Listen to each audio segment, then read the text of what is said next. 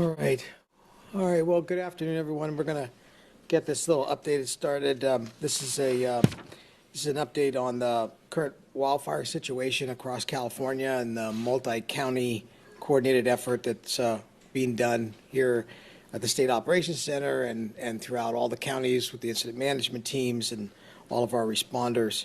Before I start off, I just, since our last briefing, I think I mentioned to you, unfortunately, the auto accident that the Galt police officers were in responding to the Caldor fire. Unfortunately, since then, we've learned that Harminder Singh Grewal, which one of the officers in the vehicle has passed, and so our thoughts and condolences are with the family and friends of his family and the Galt police officer, Galt Police Department at all.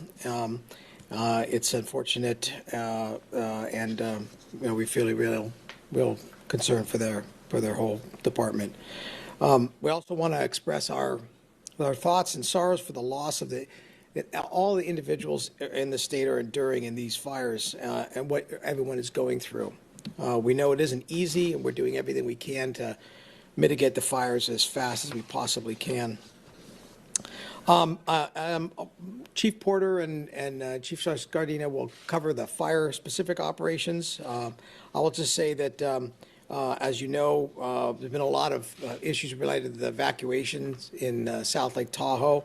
I will say that we've been working closely here at the State Operations Center with El Dorado County, the city of South Lake Tahoe, and the incident management team on proactively planning for safe and orderly evacuation of South Lake Tahoe.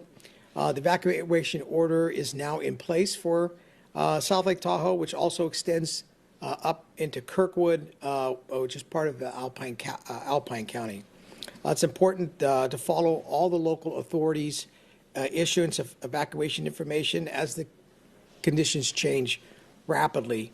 Although in the planning effort over the course of the last several days, there have been a number of evacuation warnings, and information is being pushed out leading up to today's evacuation order. And there's been a tremendous amount of work over the weekend with all of the different local, state, and federal partners working in the South Lake Tahoe area, going out and knocking on doors, making sure that all of those folks knew if they needed to evacuate, they could. That included evacuating the jail in South Lake Tahoe. It included evacuating Barton Hospital in South Lake Tahoe, and it included making sure that individuals who had any access and functional needs issues had all of the transportation or all those assets that were required to be able to get them out in a timely and organized fashion. It's important to note that to get evacuation information, we are asking residents of El Dorado County to sign up for Code Red. That is their electronic information dissemination capability. It's how they do their emergency notifications specific to El Dorado County. It will alert residents and businesses by telephone, cell phone, text messages, email, and social media when there's a threat and there's any other new information coming across. So that's Code Red, and you can go online and in El Dorado County and sign up for that. You can also go to the Cal OES website and pull up alert orders and click on that and go find El Dorado County and connect in with the Code Red as well. Also, since our last briefing, we had asked, the governor had asked the president for a presidential major disaster declaration. The White House did approve that major disaster declaration, actually within 24 hours after the governor had submitted it. Andrew Grant, the federal coordinating officer appointed by FEMA, is here today. He'll talk a little bit about that. This federal support will really help impacted counties in Lassen, Nevada, Placer, and Plumas counties at this point. We also have states of emergency, and under the states of emergency through the California Disaster Assistance Act for El Dorado and the Caldor fire and a few of the other counties that aren't under federal declaration but are seeking and are getting state assistance. And so we'll hear more about that from Andrew in a few minutes. We know these are difficult times, and we continue to be all hands on deck. We're moving every resource we can within the state to support the fires. We currently have more than 15,000 personnel working on fires throughout the state. That includes nearly 1,200 fire engines, 315 hand crews, 367 bulldozer units, 411 water tenders, and 111 helicopters. Our robust mutual aid system, supported by local government fire agencies and allied agencies across the state, continues to bolster this firefighting effort with over 470 engines from within that system committed. In addition, we continue to have out-of-state resources from Utah and Washington, Wisconsin, and West Virginia. And we did have crews here from Louisiana, which had to cut loose to go back to Hurricane Ida, which is another major, obviously, catastrophic event that's taking place in the country, and is a pull on resources from throughout the United States, including our federal partners at the Forest Service and at FEMA. And we're providing resources now to more than 43,400 Californians who are under evacuation. More than 650 are housed in 15 congregate and non-congregate shelters being coordinated by the Department of Social Services here at the state, and along with the Red Cross, and then our county partners throughout the state that are working at the county level in being able to support that. We also are coordinating very closely with our partners at the state of Nevada, the Nevada Emergency Management Agency for cross-border evacuations at state line in Nevada, in South Lake Tahoe, with regards to individuals that are moving out of South Lake Tahoe and moving into and may need congregate or non-congregate sheltering on the Nevada side. And as I mentioned, that is ongoing as we speak, and we know that there is a pretty big group of people are moving out currently in the South Lake Tahoe area. All of this, of course, is a reminder that it's very critical to be prepared and alert here. We are still at the beginning of our fire season, and we know that this past weekend we were breaking fires throughout the state, and the fire assets that responded to those are CAL FIRE and the Forest Service and our local governments. The initial attack, they did a great job trying to keep most of those fires small and getting them out rapidly. Very important that you learn the difference between evacuation order and evacuation warning. An evacuation warning means there's an impending danger to life or property. If a warning is given, assume that evacuation order will probably follow at some time, so we want you to pay close attention to that. An evacuation order means that there's an imminent threat, and we want you to leave the area immediately. If given an evacuation order, as we've said many times, don't wait, evacuate. It is your life, and we want to get you out of harm's way.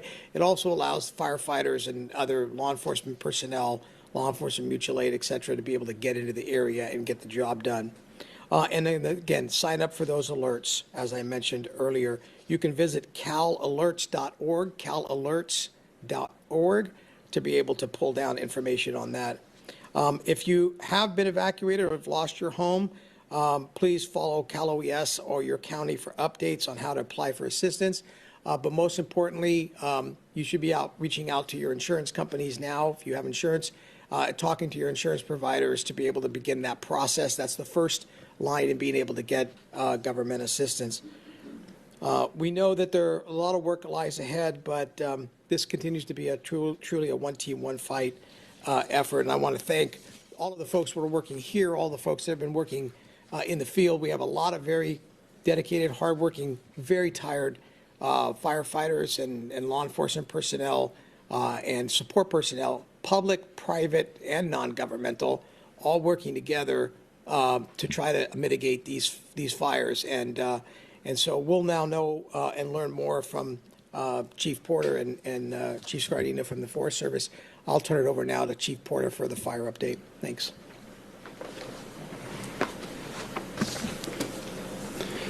Well, thank you, Director Ghilarducci. Again, Tom Porter, Director, CAL FIRE. And what I'm going to focus on today is kind of the big picture in California and what things look like overall. First and foremost, thank you to all of the mutual aid response, local government for sure, absolutely critical to all of these fires and all of the firefight, but our federal partners for really stepping up and moving resources into the region, and then all of the CAL FIRE units from throughout the state moving resources to the needs at hand. It's one team, one fight. We're all in this together. while a lot of these are on other jurisdictions, we're all fighting these fires as if they are one fight for California, and that is an incredible thing that California does each and every year, and particularly here we are in August yet again. So in the north part of the state, we've been talking about a lot of fires that are still burning in the north part of the state, the River Complex, the Antelope, the McFarland and Monument fires in particular. There are new fires that are cropping up in those areas, McCash and Knob fires. All of these fires in the north part of the state are ones that we have resources on and we're fighting, but we're also knowing that those are less concerning to lives and property right now than other fires. So they are looking much better.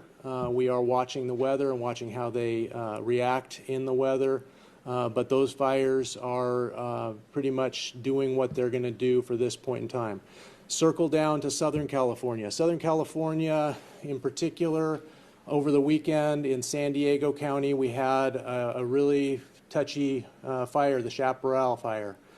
Chaparral fire is burning right on the border between San Diego, Orange County, and Riverside County. Real tight little spot, look pretty remote for those counties. Great stop. Stopped it at 1,500 acres. Probably by the end of the day today, we'll see evacuation orders lifted in the communities of Duluth and those areas outside of Temecula. Really good stop. Can't emphasize it enough that we are still meeting our responsibility to get fires put out at the smallest possible size during initial attack and that early extended attack so we can continue the fight on these bigger fires. The rest of the fires in the south are Arola, the French, we're doing really well there. So I want everyone to know, well, we're taking care of the rest of the state as well. Coming back to the critical fires, the Dixie. Dixie is still the second largest fire in California's history. It is the 14th most damaging fire in California's history. And we are continuing to fight that in two fronts. One up in the north, the Lassen National Park, as it moves into parts further north from there. A lot of effort being undertaken there, and then down toward Quincy on the south end, east of Quincy, Genesee Valley, a lot of work and good work being done there. So then we come to the Caldor. Caldor is a real tough one for us.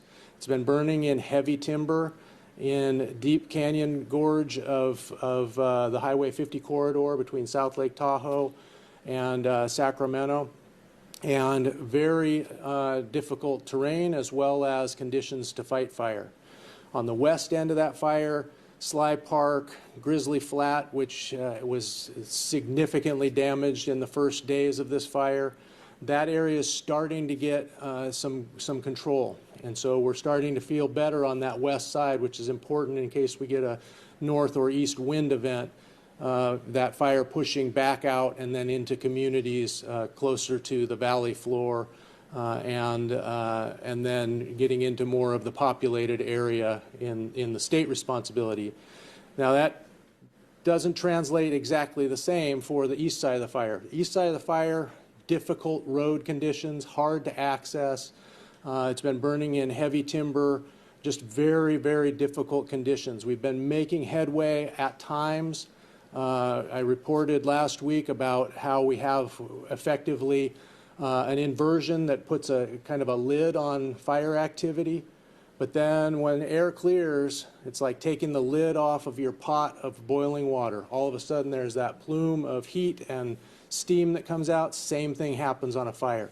It also sucks in oxygen from all directions, puts fire and spot fires in all directions. That's what happened yesterday. 20,000 acre plus run yesterday, massive growth for that fire. Not the biggest growth of its life, but it was the biggest in the last week and a half, and it unfortunately grew toward South Lake Tahoe further up canyon. Twin Bridges, it burned into Sierra Tahoe, the ski area, and beyond that. So Now the fire is hung up on that ridge above where it would drop into the basin. We have spots down in and around Lower Echo Lake, also in Aloha Lake in the Desolation Wilderness. So there's fire in the basin. You might remember a couple of reports ago, we haven't had fires burn from one side of the Sierras to the other. We did with the Dixie, now we have with the Caldor. 2 times in our history, and they're both happening this month. So we need to be really cognizant that there is fire activity happening in California that we have never seen before.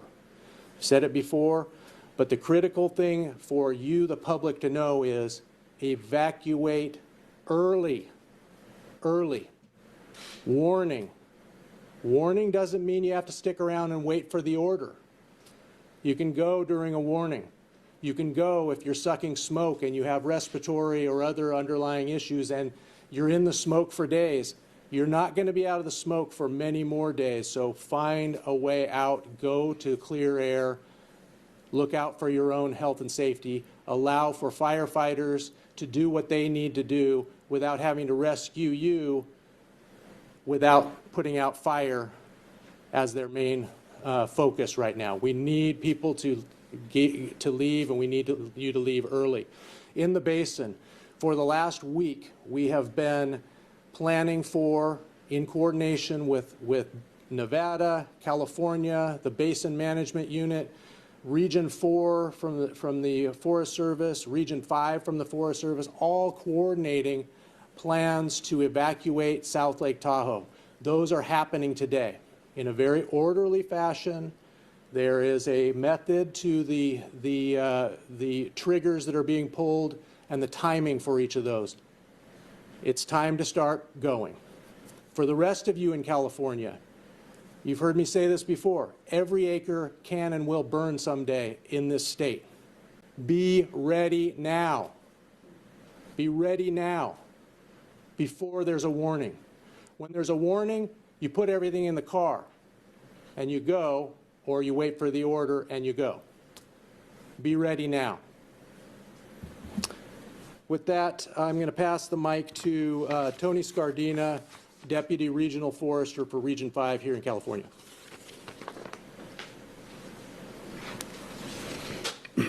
Good afternoon. Thank you, Chief Porter.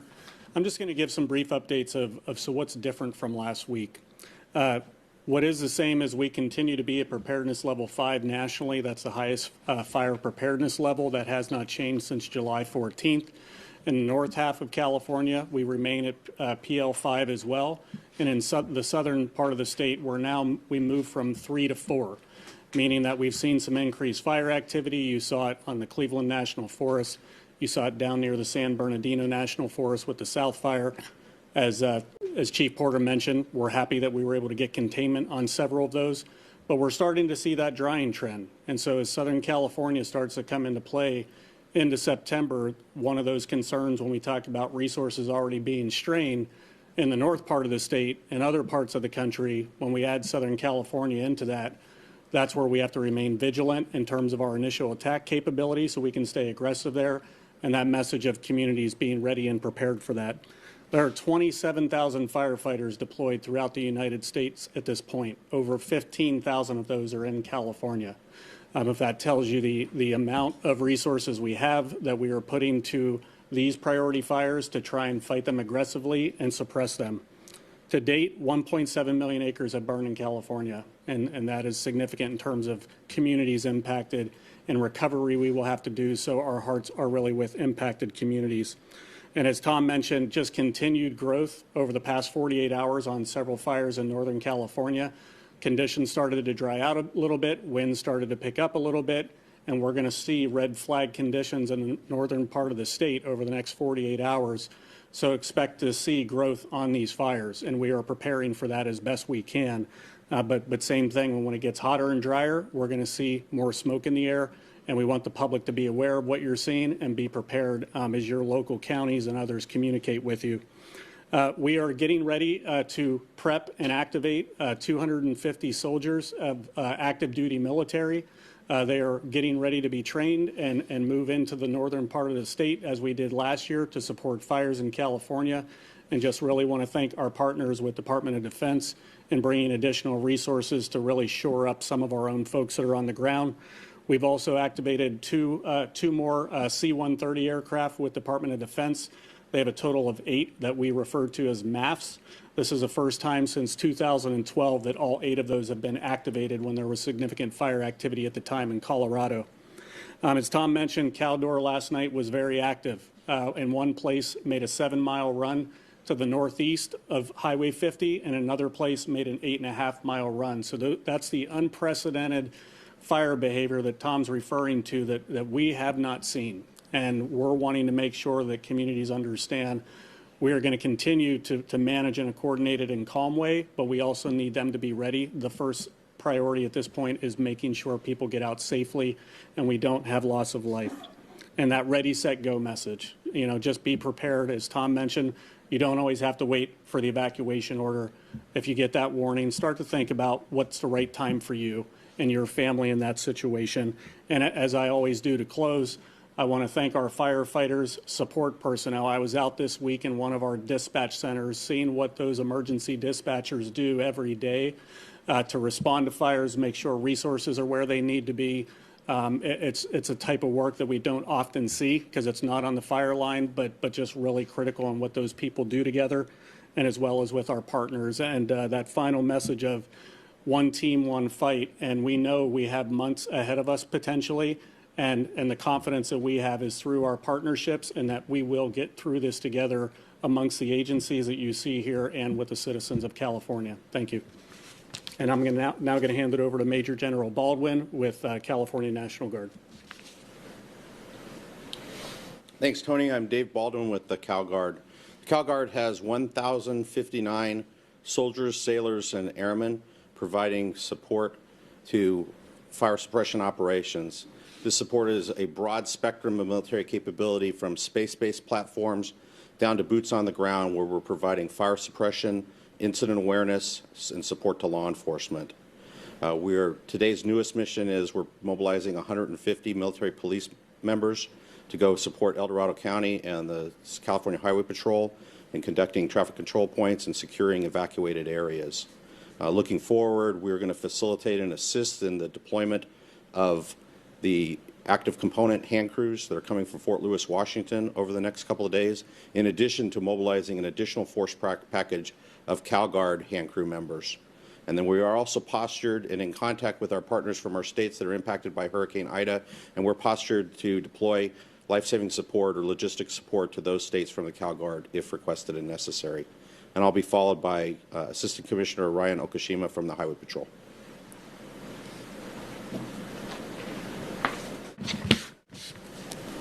Thank you, General Baldwin. Good afternoon, everyone.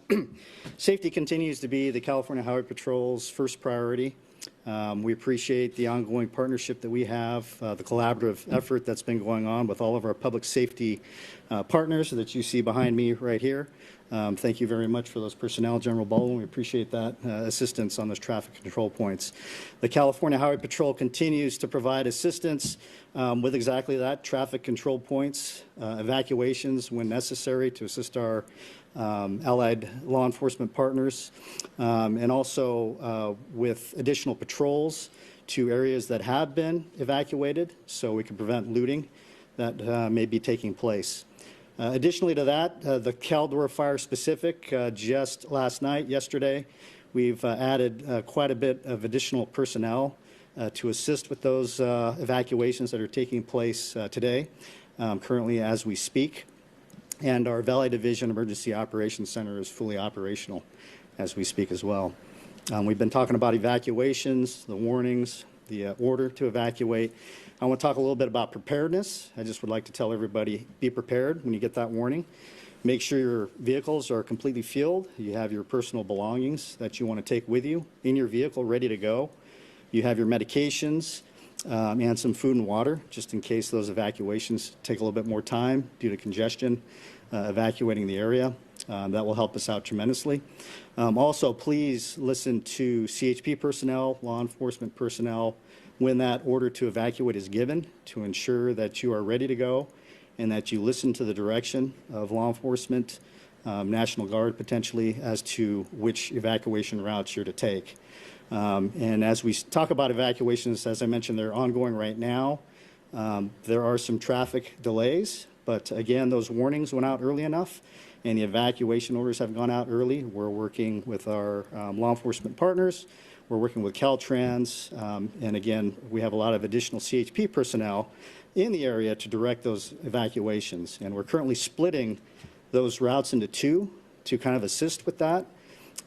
Those kind of living in South Lake Tahoe, the city proper, are being told to evacuate eastbound on Highway 50, and then the rest northbound on Highway 89. And with that, I'm going to turn over to our FEMA Region 9 Coordinator, Andrew Grant. Thank you.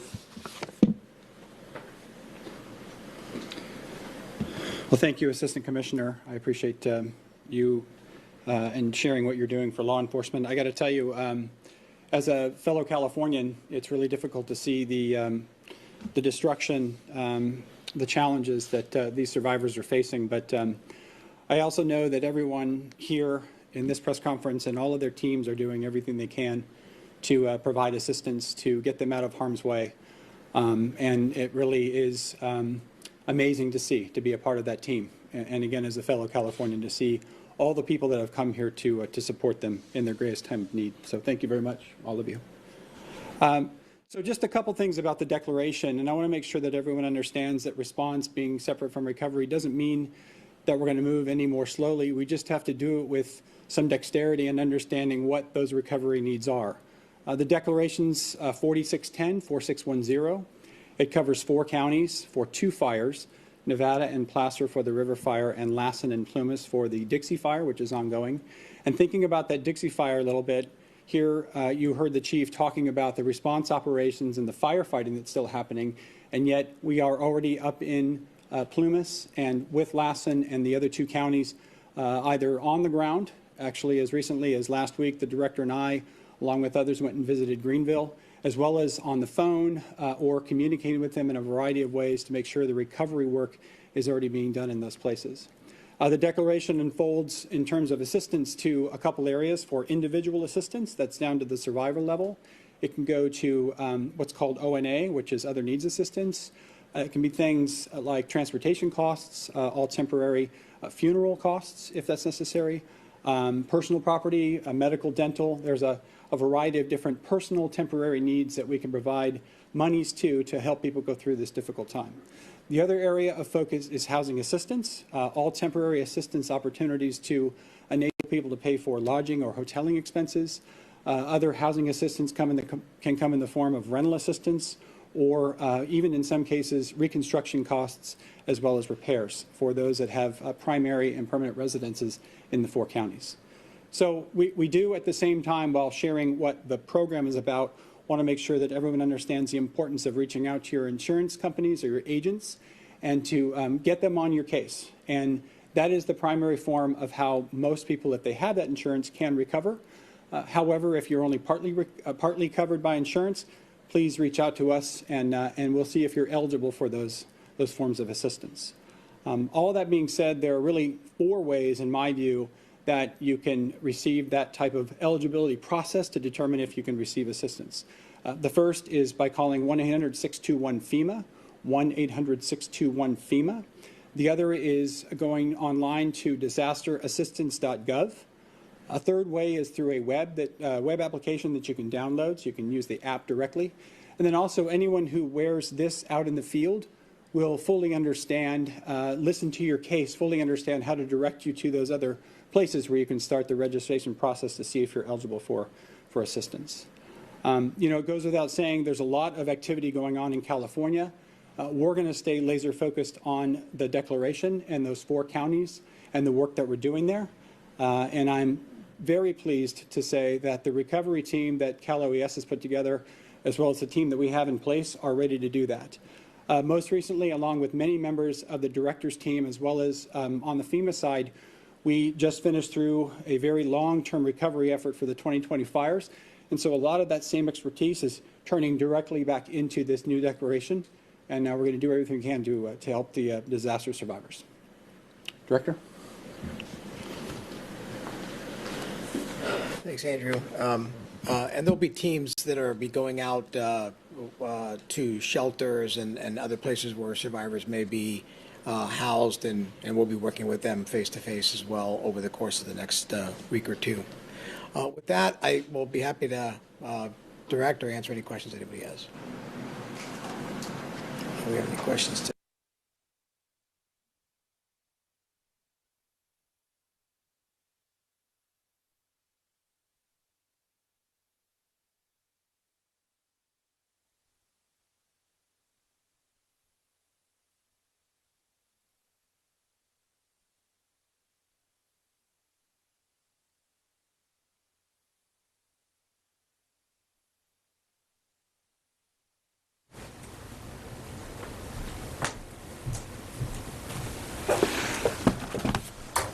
Good afternoon, everybody. I'm going to turn the we got the general. I'm going to turn the podium over to General Frank McKenzie, Commander of U.S. Central Command. He'll have some opening comments, and then he'll take some questions. We do have a hard stop at 5 o'clock, so I will not waste up any more time. General, can you hear and see me okay? Hey, John, I can hear and see you just fine. How me? Over. Thank you, sir. Thanks for being here today, and I turn it over to you, sir. Thanks, John. Good afternoon, everyone. I'm here to announce the completion of our withdrawal from Afghanistan and the end of the military mission to evacuate American citizens, third country nationals, and vulnerable Afghans. The last C-17 lifted off from Hamid Karzai International Airport on August 30th this afternoon at 3:29 p.m. East Coast time, and the last manned aircraft is now clearing the airspace above Afghanistan. We will soon release a photo of the last C-17 departing Afghanistan with Major General Chris Donahue and the U.S. Ambassador to Afghanistan, Ross Wilson, aboard. While the military evacuation is complete, the diplomatic mission to ensure additional U.S. citizens and eligible Afghans who want to leave continues. And I know that you have heard, and I know that you're going to hear more about that from the State Department shortly. Tonight's withdrawal signifies both the end of the military component of the evacuation, but also the end of the nearly 20-year mission that began in Afghanistan shortly after September 11th, 2001. It's a mission that brought Osama bin Laden to a just end, along with many of his al-Qaeda co-conspirators. And it was not a cheap mission. The cost was 2,461 U.S. service members and civilians killed, and more than 20,000 who were injured. Sadly, that includes 13 U.S. service members who were killed last week by an ISIS-K suicide bomber. We honor their sacrifice today as we remember their heroic accomplishments. No words from me could possibly capture the full measure of sacrifices and accomplishments of those who served, nor the emotions they're feeling at this moment. But I will say that I'm proud that both my son and I have been a part of it. Before I open it up for questions, I do want to provide some important context to the evacuation mission that we just completed, in what was the largest non-combatant evacuation in the U.S. military's history. Since August the 14th, over an 18-day period, U.S. military aircraft have evacuated more than 79,000 civilians from Hamid Karzai International Airport. That includes 6,000 Americans and more than 73,500 third country nationals and Afghan civilians. This last category includes special immigrant visas, consular staff, at-risk Afghans, and their families. In total, U.S. and coalition aircraft combined to evacuate more than 123,000 civilians, which were all enabled by U.S. military service members who were securing and operating the airfield. On average, we have evacuated more than 7,500 civilians per day over the 18 days of the mission, which includes 16 full days of evacuations, and more than 19,000 on a single day. These numbers do not include the roughly 5,000 service members and their equipment that were sent to Afghanistan to secure the airfield and who were withdrawn at the conclusion of our mission. The numbers I provided represent a monumental accomplishment, but they do not do justice to the determination, the grit, the flexibility, and the professionalism of the men and women of the U.S. military and our coalition partners who were able to rapidly combine efforts and evacuate so many under such difficult conditions. As such, I think it's important that I provide you with what I hope will be some valuable context. When the President directed the complete withdrawal of U.S. forces from Afghanistan in April, the team at U.S. Central Command began to update and refine our existing plan for a potential non-combatant evacuation operation, or NEO, in Afghanistan. We have a framework of plans that included numerous branches and sequels depending on the nature of the security environment. Over time, we continued to refine our plans, which included the interagency, the international community, and other combatant commands. Plans such as this are built upon a number of facts and assumptions, and facts and assumptions change over time. While observing the security environment deteriorate, we continue to update our facts and assumptions. As the security situation rapidly devolved in Afghanistan, we took a number of actions to position ourselves for a potential NEO, based upon direction from the Secretary of Defense. We positioned forces in the region and put them on increased alert. We began to pre-position supplies, and we began some preparatory work on intermediate facilities in Qatar with the support of our gracious host nation. When the evacuation was formally directed on August the 14th, we began to carry out our plan based upon the initial assumption that the Afghan security forces would be a willing and able security partner in Kabul, defending the capital for a matter of weeks or at least for a few days. Within 24 hours, of course, the Afghan military collapsed completely, opening Kabul up to the Taliban's advance. On August the 15th, in a meeting with Taliban senior leadership in Doha, I delivered a message on behalf of the President that our mission in Kabul was now the evacuation of Americans and our partners, that we would not tolerate interference, and that we would forcefully defend our forces and the evacuees if necessary. The Taliban's response in that meeting was in line with what they've said publicly. While they stated their intent to enter and occupy Kabul, they also offered to work with us on a deconfliction mechanism to prevent miscalculation while our forces operated in close quarters. Finally, they promised not to interfere with our withdrawal. It's important to understand that within 48 hours of the NEO execution order, the facts on the ground had changed significantly. We had gone from cooperating on security with a longtime partner and ally to initiating a pragmatic relationship of necessity with a longtime enemy. Into that environment, Rear Admiral Pete Vaisley and Brigadier General Farrell Sullivan of the Marines, and subsequently Major General Chris Donahue of the Army's 82nd Airborne Division, deployed and employed their forces and did extraordinary work with the leading elements of our reinforcement package to safely close the embassy in one period of darkness, or one evening, to establish a deconfliction mechanism with the Taliban, to establish security at the airport, and to bring in the rest of our reinforcements into the airport. They accomplished this difficult list of tasks within 48 hours of supporting the transfer of the embassy to the airport.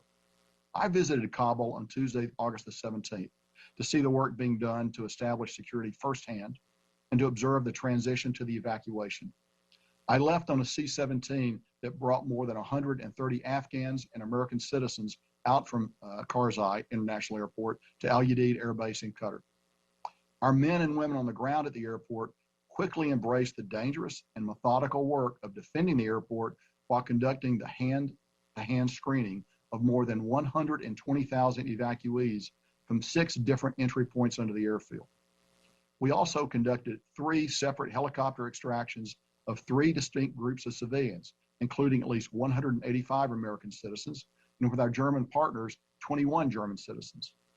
Additionally, U.S. Special Operations Forces reached out to help bring in more than 1,064 American citizens and 2,017 SIVs, or Afghans at risk, and 127 third country nationals, all via phone calls, vectors, and escorting.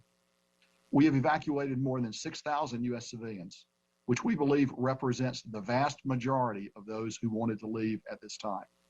It would be difficult to overestimate the number of unusual challenges and competing demands that our forces on the ground have successfully overcome. The threat to our forces, particularly from ISIS-K, was very real and tragically resulted in the loss of 13 service members and dozens of Afghan civilians. I've said this before, but I'd like to say it again. We greatly appreciate the contributions of the many coalition partners that stood with us on the ground at Karzai International Airport. I'm just going to single out one nation as an example of the many: the Norwegians, who maintained their hospital at the airport and who were absolutely critical for the immediate care of our wounded after the Abbey Gate attack. Even after the attack, they agreed to extend the presence of their hospital to provide more coverage for us. Our diplomats have also been with us in Kabul from the beginning, and their work in processing over 120,000 people stands right beside that of their military partners. We were a team on the ground.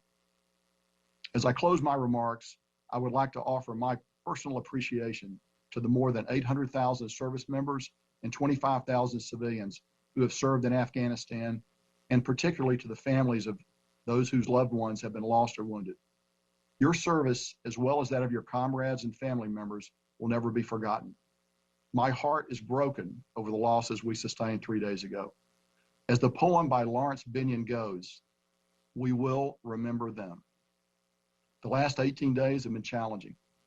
Americans can be proud of the men and women of the armed forces who met these challenges head on. I'm now ready to take your questions. Thank you, General. We'll start with the lead at AP. I would ask you to, because we're limited on time, to please limit your follow-up so that more people can get questions asked. Go ahead, Lita. General, thanks for doing this. It's Lita with AP.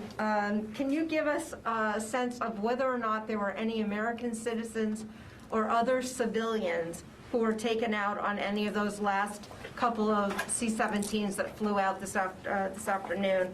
And can you give us a picture of what you saw with equipment and other things getting either destroyed or removed at the airport before they left?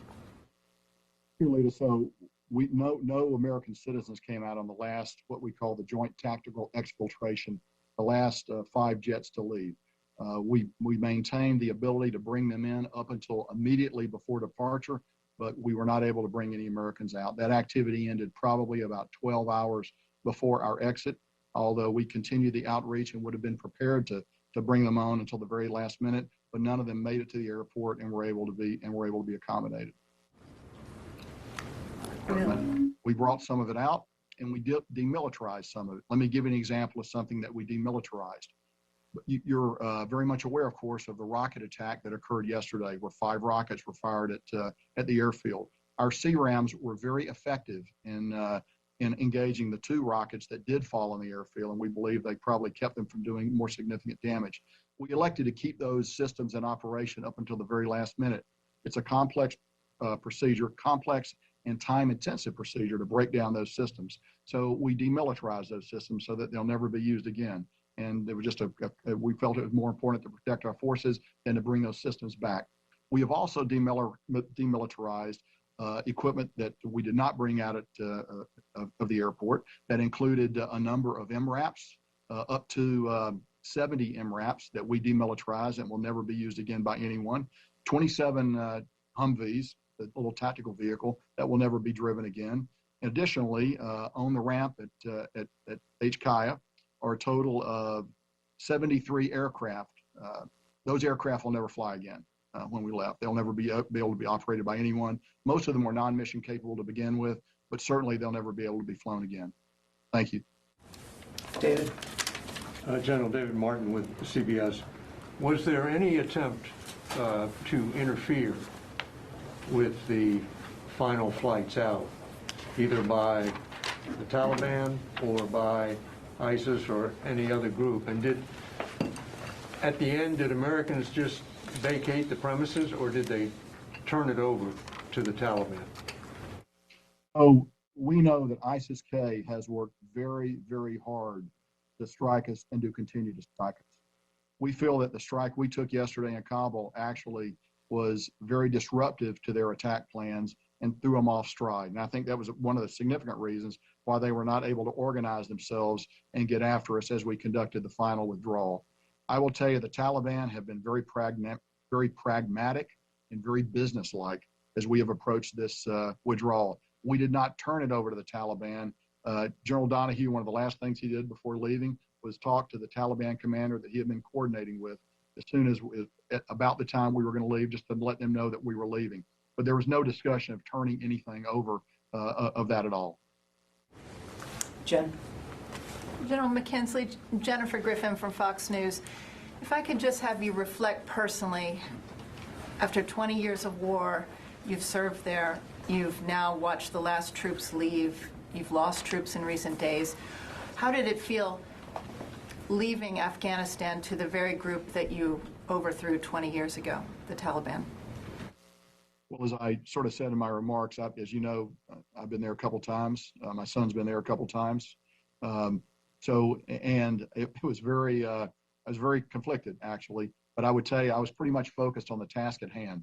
I'll have days ahead to actually think about that, but there was just so much going on in this headquarters, and we were so completely focused on getting our troops out, and in the days before getting our citizens out and vulnerable Afghans to the best of our ability, that I did not have a lot of time for reflection. I'm sure I will do that in the future, but right now I'm pretty much consumed with the operational task at hand.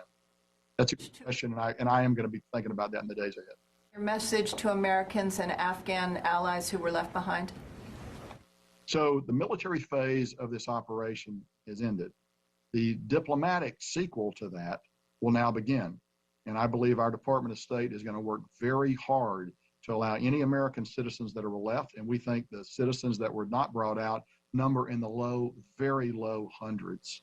I believe that we're going to be able to get those people out. I think we're also going to negotiate very hard and very aggressively to get our other Afghan partners out. The military phase is over, but our desire to bring these people out remains as intense as it was before. The weapons have just shifted, if you will, from the military realm to the diplomatic realm, and the Department of State will now take the lead on that. Nancy. Can you clarify just a couple points? Can you tell us how many people are on that final C-17 flight? Can you tell us where that flight is headed? And you mentioned that General Donahue talked to his Taliban, essentially his counterpart. Can you give us any sense of what role the Taliban played from a security perspective to allow the U.S. to safely depart Kabul? Yeah, so I'm not going to be able to answer the first two questions because those operations are still concluding as to where those aircraft are going and the exact disposition of our forces on the aircraft. I can tell you this, though, about what the Taliban has done. They established a firm perimeter outside of the airfield to prevent people from coming on the airfield during our departure. And we've worked that with them for a number of days. They did not have direct knowledge of our time of departure. We chose to keep that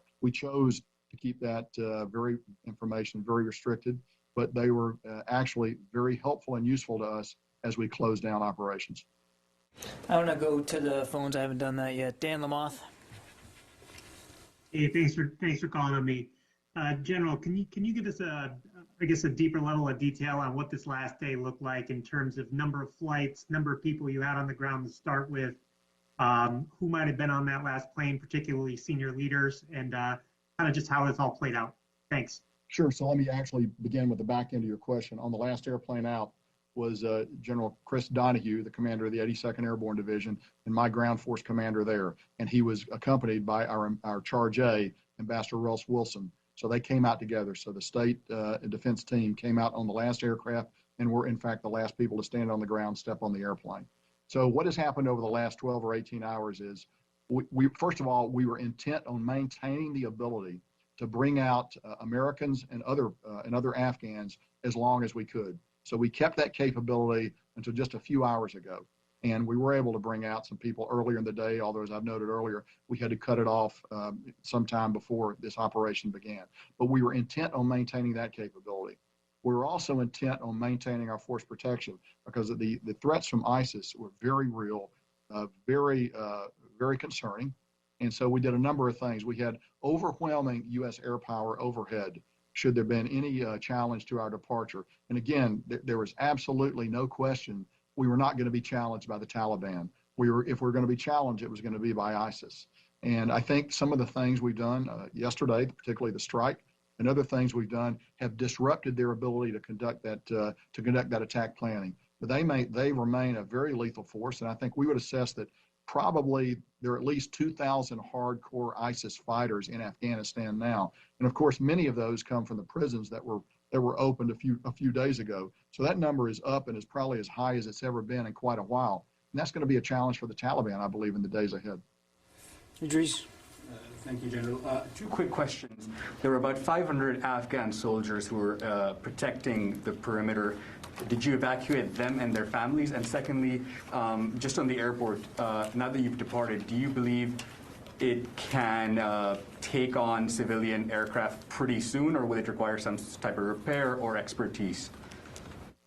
Sure. So to the best of my knowledge, which is actually pretty good, I believe we brought out all the Afghan military forces who were partnered with us to defend the airfield and their family members. I believe that has been accomplished.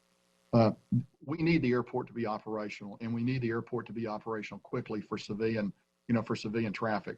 So we're going to do everything we can to help with that. Let me give you an example. One of the things we did not demilitarize as we left were those pieces of equipment that are necessary for airport operations, such as a fire truck, some of the front end loaders, things like that. We left that equipment. So that is available to allow that airport to get back and get operating as soon as possible.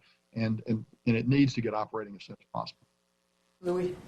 General, today is August 30th, and the deadline had repeatedly been said that it was going to be August 31st. Do you think that there may be some people who had some false hope that they had at least one more day before this happened? And can you explain the tactical decision as to why you completed this mission on the 30th as opposed to the 31st?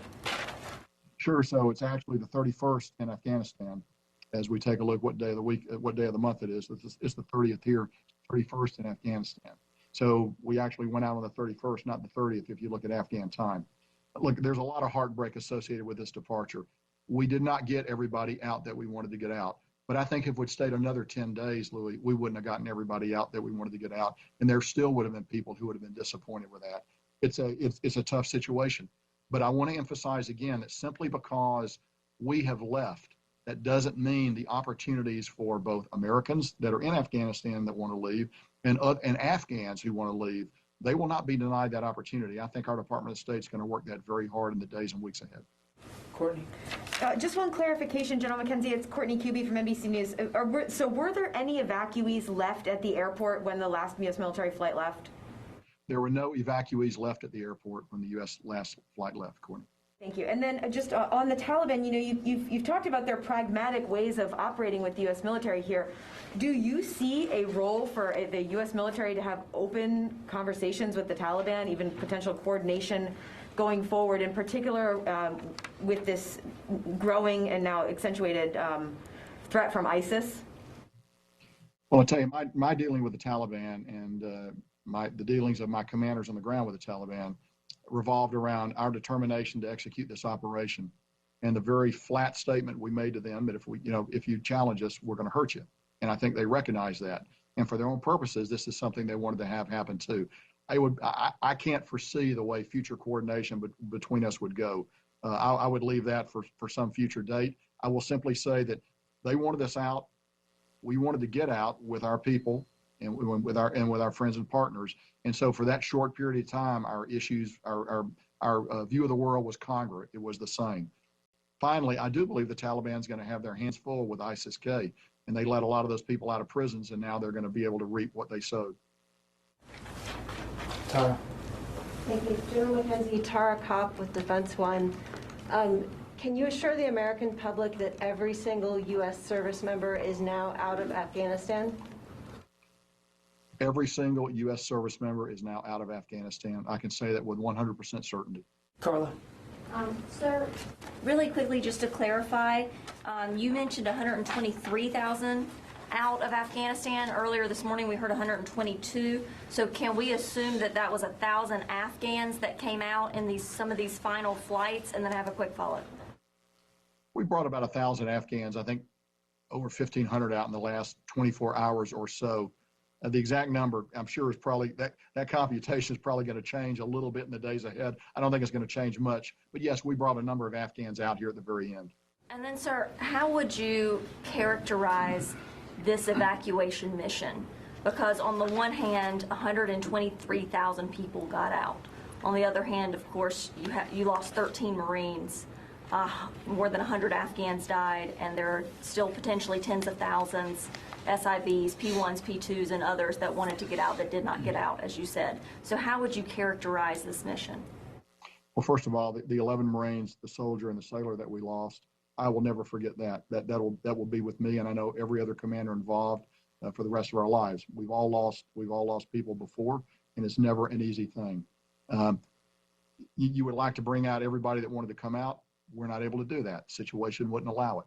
I think we did a very good job of getting everybody that we could get out, given the unique the challenges of the tactical situation on the ground. The fact that really not all Americans wanted to leave. There are Americans that, for a variety of reasons, want to stay for a while. I think we'll go back and they'll have the opportunity to revisit that and come out if they want. I think it's just important to note that we shouldn't look on this as the end of that engagement about people in Afghanistan. I am confident that that engagement is going to continue through a variety of venues, and it won't just be the United States that's going to be engaged on this. I think our international partners are also going to be very engaged on this as well going forward. Yeah, we had two more, I'm afraid. We'll go to the phones again. Jack Detch. Thanks, General McKenzie. I'm kind of curious just how American citizens are going to be expected to get to the airport and what the continuing terror threat will be just in the coming days, and what the evacuation picture is going to look like for them. So I think that the terror threat is going to be very high, and I don't want to minimize that. But I think what we'll do is we will work with the Taliban and work with the next government of Afghanistan, whatever its characterization is going to be, in order to ensure that our citizens are protected and that they have an opportunity to leave. As you know, we still hold a variety of significant leverage over whatever future government exists in Kabul, and I have no doubt that the Department of State will fully exercise that leverage. Okay. Do you have any confidence in their ability to secure the city right now, the Taliban? I think they're going to be challenged to secure the city. I do know this, just speaking purely practically as a professional, they helped us secure the airfield. Not perfectly, but they gave it a very good effort, and it was actually significantly helpful to us, particularly here at the end. Last question for today, Megan. Are there any U.S. Sorry, this is Megan Myers at Military Times. Are there any U.S. aircraft still doing overflights of Afghanistan, either Kabul or otherwise, looking out for potential threats? So as we have said for quite a while, we always reserve the opportunity to go after, in the CT realm, the counterterrorism realm, Al-Qaeda and ISIS when those targets present themselves. So we will always retain the ability to do that. Okay, that's about all the time we have. General, any concluding thoughts you might want to add? John, it's been a long day, and much longer actually for our forces that are coming out. The operation's gone smoothly so far, and I just look forward to recovering the force completely, getting everybody home. Thank you, General. Thanks for your time. Thank you all. Have a nice afternoon.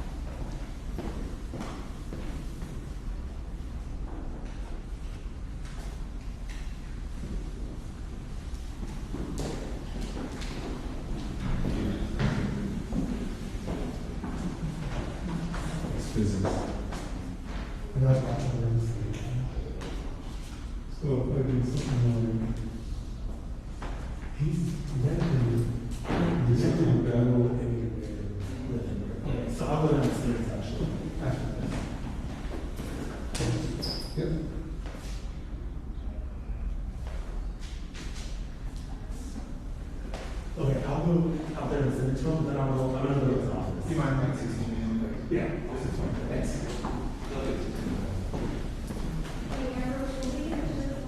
Yeah, I'll go with the Morgan. Oh, that. For reference, if you are willing to run robotics on our camera, run robotics? I'm only saying that for the same thing that if we were all set. Yeah. We all took our feet, have the head on. Yeah, yeah. You would have control of the shot. Yeah. I mean, I'm throwing it out as an idea to mix the two. The only thing I would say is that I think networks would be very uncomfortable sending someone over on a piece of equipment they've never used before. In theory, it's really easy. You know what I mean? They always say that now, like, well, here, and this is kind of like, hey, we're both doing something exact same. Yeah. But yet, if they're relinquishing control, Exactly right. I just throwing it out as, hey, that might actually be a cool thing. Yeah. Instead it'd be like, look, you know, you practice until you're happy and something. Well, yeah. You know, it'd be like, this might be That's totally possible. I'll throw it at some people when I go back. And never know. I mean, it's not that it's to say, but I'm just thinking all of a sudden as I'm sitting at the window and it's like, wow, I know, and he was reading a little bit, it looks so bad. It's trying to make something function, but sure. You never get it perfect. No, That's why I was sort of like, hey, look, it doesn't matter if I'm running the product, I really just want to get some shots. Yeah. You got to go do it, and everybody was not doing the same thing.